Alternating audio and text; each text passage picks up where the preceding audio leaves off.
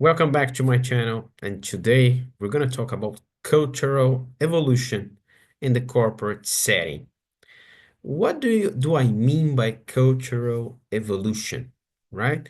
So, and I'm not the only one saying this, but there's a series of psychologists, educators, anthropologists, scientists that over the last century mainly have demonstrated that culture evolves, right? So the way we behave, the way we navigate through our belief systems, the way that we act as individuals, the way we act as a society over the over time evolves, right? And I'm going to give you some names of, very important scientists in all those fields that I mentioned who are engaged in this project, right? Who are demonstrating that cultural evolution is true. It happens. So one of them is Jean Piaget, is a famous French educator who made several studies. This goes back to 50, 60 years ago, but he started to study child development and he started to perceive what are the different phases from a child to go from, a little kid to a teenager to an adult, and how our consciousness, how we evolve as a human being, right? So he created a hierarchy of development. There are many others. There are scientists, and I'm going to leave their names here in the description of the video, who created what became known as the spiral dynamics. The spiral dynamics, it's basically a theory, it's a model that shows how we evolve in terms of worldviews, right? So one can move from a worldview that is more traditional, a worldview that is more hierarchical, somebody who values religion, who values hierarchy, who values respect and like traditional values. One can shift from that worldview to what is called today a modern worldview, where somebody values elements that embrace, but at the same time, they go beyond the previous stage, right? So the modern worldview would also, of course, value respect and value uh, some of the traditional aspects, but also is going to value liberty, it's going to value freedom, it's going to value uh, a little bit less hierarchy in the ways of working, the ways of interacting with others, right? The modern worldview is going to give a lot of emphasis on the individual, a lot of emphasis on personal success. There are other worldviews, right? So one famous that has been with us for at least another 70 years. It really started to bloom. It really started to show up in the 1960s with the hippie movement here in America and in other countries, is a postmodern worldview that acknowledges all the progress that modernity brought us, since the Industrial Revolution, but started to create this whole awareness that, look, at the end of the day, it's not only about making myself happy, it's not only about making more money, it's also about the impact I'm making in the world, the impact that my decisions are making in the planet. So the whole awareness about climate change, the whole awareness and care about the nature, about the environment. That's part of this so-called postmodern worldview. And there are others, right? So uh, this is a continuum. This is an evolution that would never end. It's very interesting. Another important name to mention in this sense, if you are interested in deep diving and reading books and watching videos, you can find lots of things on the internet. It's Ken Wilber. Ken Wilber is a philosopher. It's a scientist in many ways. It's somebody who it's even difficult to pin and to define him in one specific bucket because he's a man of many talents, but he's alive. He's has 50 plus years of experience and publications and books, and he's another person who's been at the forefront of this movement.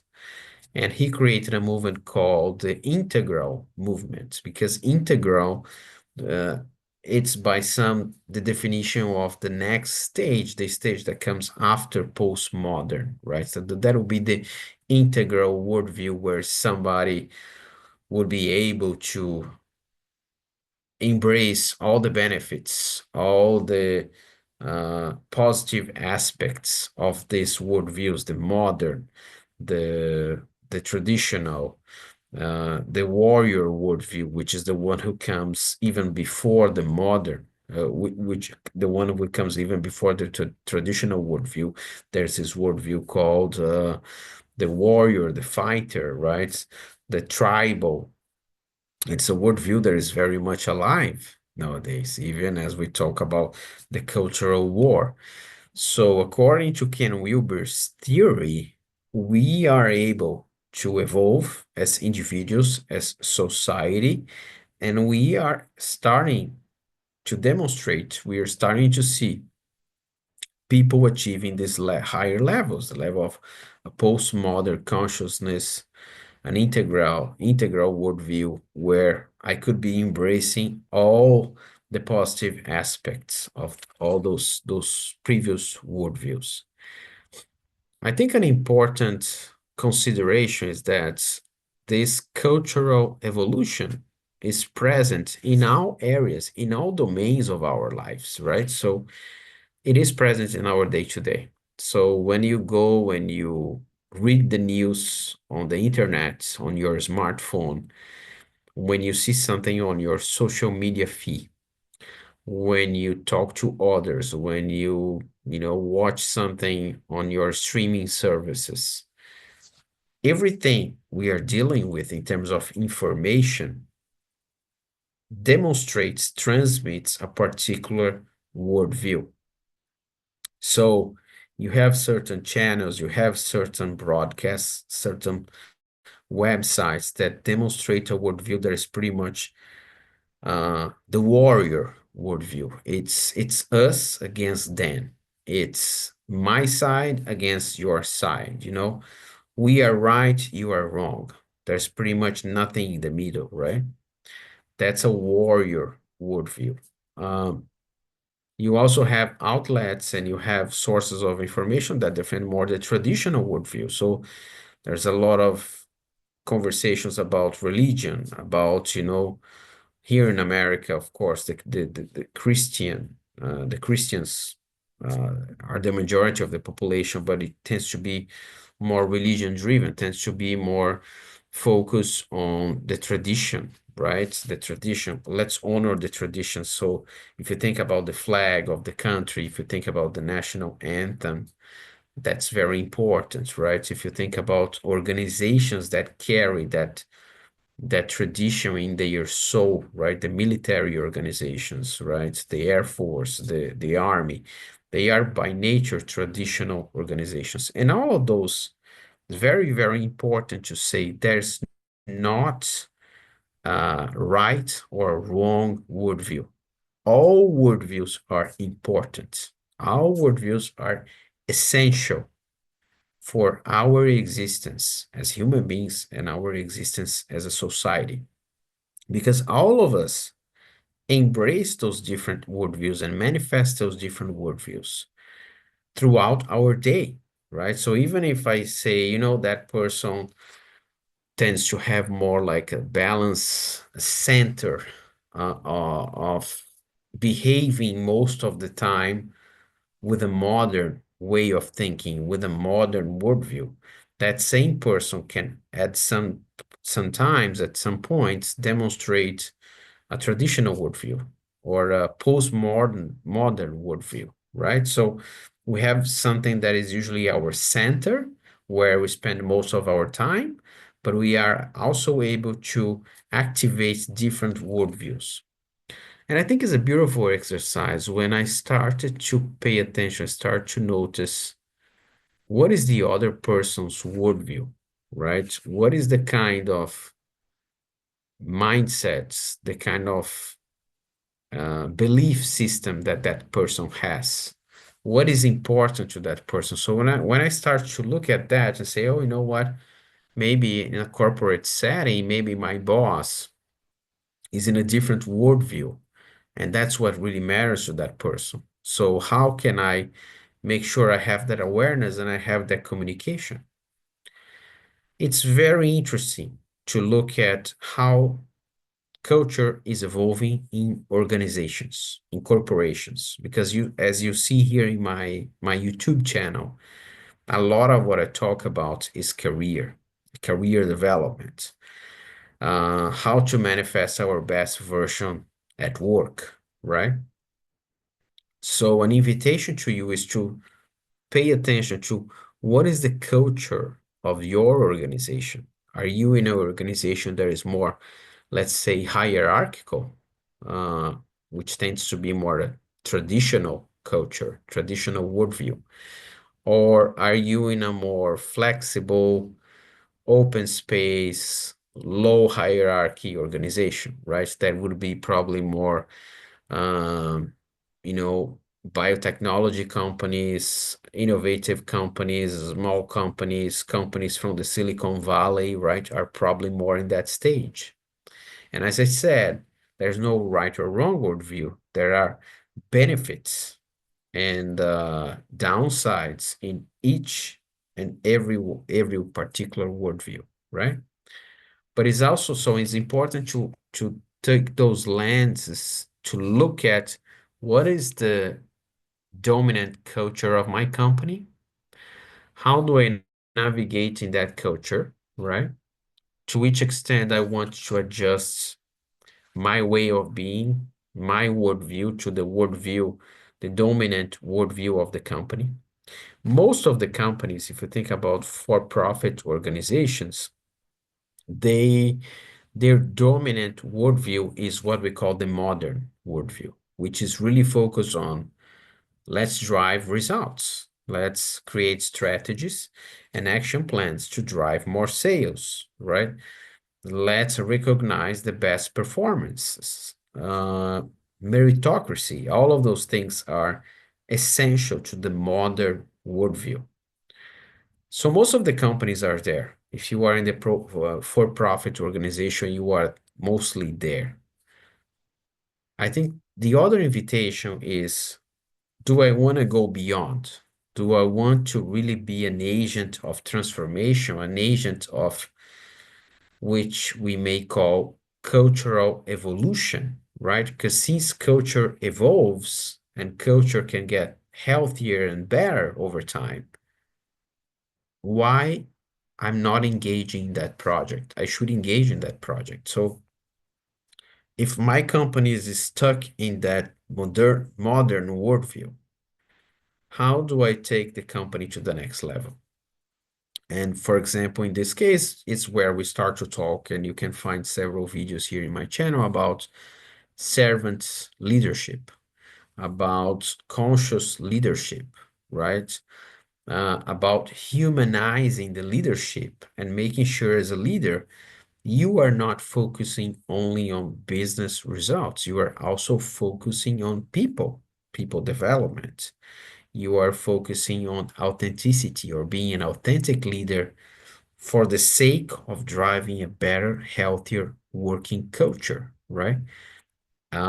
You are fostering trust within your team, within your organization. So at the moment where I start to become aware of my own dominant worldview and what's the worldview of the organization I work for. So that's this aspect of internal and external, right? When I create awareness about this, then I can go to the next stage, which is how do I shape the culture to make sure the culture continues to evolve and continues to get better and brighter and continues to allow people to flourish, allow people to become better human beings and better talents for our organization, right? Because the opposite may happen as well. And I've seen so many people who, they do coaching sessions with me. We have career conversations with me, and a lot of the complaint, a lot of the suffering is because there are organizations who are going the opposite route. So instead of they are changing their culture, but they're not changing the culture for better. They're changing for worse, right? That is a process that can happen and happens quite often. Uh, so a company may have a different leader. Maybe the company is struggling with the financial results, is struggling to sustain customers, and eventually you have a new leader who, brings a traditional worldview, brings a warrior worldview, somebody who's going to be okay. Now it's going to be my way or the highway. Now it's going to be very hierarchical. Now it's going to be, I tell you what to do and you're going to have to do it, right? Now it's going to be we win at all costs. We know some organizations in those moments of difficulty, they tend to panic and they tend to act like that. There's another invitation to you, which is, do I want to continue to work for that type of organization? Or that's not the case anymore. Maybe I really want to look for a different place to work, a place where I can continue to develop myself, where I can continue to flourish.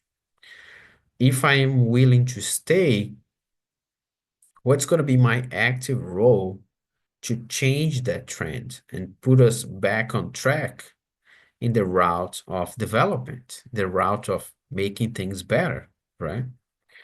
Um, Look, there's much more that can be said about that, but I'm very passionate about this, about cultural evolution.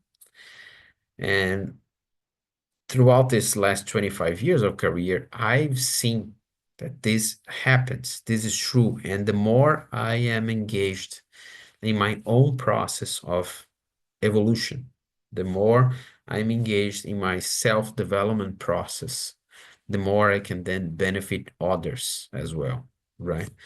So I invite you to subscribe to the channel, leave your comments, leave your like here, share the video if it makes sense to you, and reach out to me. Reach out to me. Let's have a conversation. Let's talk. I offer coaching, individual coaching, team coaching, uh, and something that goes really deeper, which is using all those innovative different methodologies that I mentioned. So there's the integral theory, there's positive psychology, there's ontological coaching. So all those elements that I've been practicing now for uh, over 10 years, right? So very happy to help you in your journey and walk that journey together with you so we can, continue to evolve. There's a lot I learn from my customers as well. I wish you a wonderful week ahead and let's stay in touch. Thank you.